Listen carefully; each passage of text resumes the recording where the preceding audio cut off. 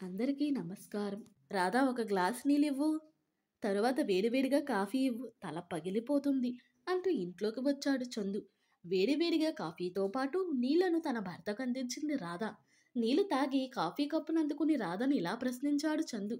ఏంటి నాన్నగారు అదోలా ఉన్నారు? పెరట్లో కూర్చుని ఏదో ఆలోచిస్తూ దిగులుగా కూర్చున్నారేమిటి? ఏం జరిగింది?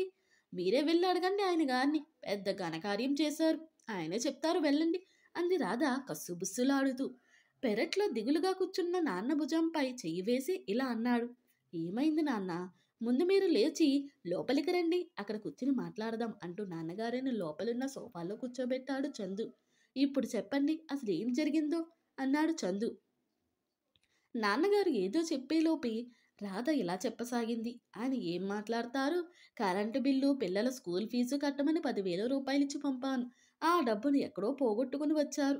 ఇది మీ నాన్నగారు చేసిన నిర్వాకం. అయ్యో, అంత డబ్బు ఎలా పోయాయి నాన్న? కంగారు పడకండి, అసలు ఏం జరిగిందో, ఎలా డబ్బులు పోయాయో చెప్పండి అన్నాడు చందు నాన్నగారిని ఉద్దేశించి. ఇంత అజాగ్రత్త ఎలా ఉన్నారు? పైగా మీ నాన్నగారు బ్యాంకులో క్యాషియర్గా ఉద్యోగం కూడా చేశారు మరి అంది రాధ.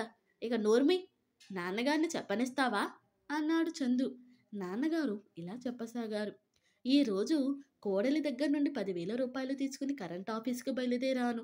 చాలా పెద్ద క్యూ ఉన్నందున ఒక చెట్టు నీడలకు నిలబడ్డాను. నా పాత స్నేహితుడు వచ్చి నన్ను పలకరించాడు.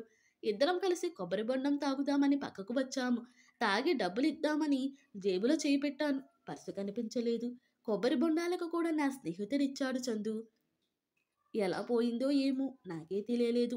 నాన్నగారిని చూస్తే చాలా జాలనిపించింది. కానీ పెద్ద మొత్తం కదా, అందుకని కాస్త జాగ్రత్తగా ఉండాల్సింది కదా నాన్న అన్నాడు చందు. నా మొగుడు కష్టపడి సంపాదించిన డబ్బు ఎవరో అనుభవిస్తున్నారు, అంతా నా కర్మ అంటూ లోపలికి వెళ్ళింది రాధ. లోపలికి వెళ్ళి భార్యను కాస్త మందలించాడు చందు. బయటకు వచ్చి భర్తతో ఇలా అంది రాధ. ఏమండి, కొన్ని రోజులు మీ నాన్నను మీ చెల్లెలింటికి పంపండి. అప్పుడు గాని మన విలువ ఆయనకు తెలిసి రాదు. ఇలా ఇద్దరు మాట్లాడుకుంటుండగా రాధ నాన్నగారు లోనికి రావడం ఇద్దరు గమనించలేదు. నాన్నను చూడగానే ఆనందంతో, రండి నాన్న, ఎలా ఉన్నారు? నడిచి వచ్చారా? ఆటోలో రావచ్చు కదా, ఉండండి, మీకు చల్లని జ్యూస్ ఇస్తాను అంది రాధ. లోనికి వెళ్ళి చల్లటి జ్యూసు నాన్న కోసం తీసుకుని వచ్చింది రాధ. రాధ చేతిలోని జ్యూస్ గ్లాసును అందుకుని పక్కన పెట్టి రాధ దగ్గరకు వచ్చి చెంప మీద చెల్లుమని ఒక దెబ్బ వేశాడు రాధ నాన్నగారు. అనుకోని సంఘటనకు బెత్తరపోయిన రాధను చూసి చందు నివ్వెరపోయి మామగారిని ఇలా ప్రశ్నించాడు. ఎందుకు రాధను కొట్టారో తెలుసుకోవచ్చా మామగారు అన్నాడు. అల్లుడు, మీరు మరీ మంచితనంతో పెళ్ళాన్ని బాధ పెట్టకూడదని రాధ చెప్పినవన్నీ వింటున్నారు. తల్లిదండ్రుల తరువాతని పెళ్ళామైనా బిడ్డలైనా. తెలియక పొరపాటు చేసిన మీ నాన్నగారిని నానా మాటలంటుంటే కొట్టి బుద్ధి చెప్పవలసిన మీరు మళ్ళీ నన్ను అడుగుతున్నారా అన్నారు రాధ నాన్నగారు. వారి మధ్య సంభాషణంతా విన్నారని ఇద్దరూ మౌనంగా ఉండిపోయారు. ఇలాంటి చిన్న పొరపాట్లు జరిగినప్పుడు తన మామగారిని దెప్పు పొడుస్తూ ఉంటే మీరు ఎలా ఉన్నారు? నా వియ్యంకుడి పరిస్థితి నాకే వస్తే, నన్ను మీ ఇంటికి పంపిస్తే తప్పు.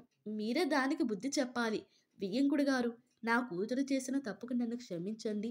దాన్ని మేమే సరిగ్గా పెంచలేదు అని అన్నారు రాధ నాన్నగారు. కూతురి వైపు కూడా చూడకుండా వెళ్ళిపోయిన తన వియ్యంకుడి గొప్ప మనసుకు ఎంతో గౌరవంతో ఆయన వెళ్ళిన వైపుకే చూడసాగాడు చందు నాన్న.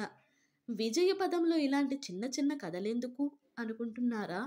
ఇంట్లో పరిస్థితులు బాగుంటేనే బయట ఏదైనా సాధించగలం, విజయాన్ని సాధించగలం. అందుకే ఇలాంటి చిన్న చిన్న కథలు. నచ్చితే లైక్, షేర్, సబ్స్క్రైబ్.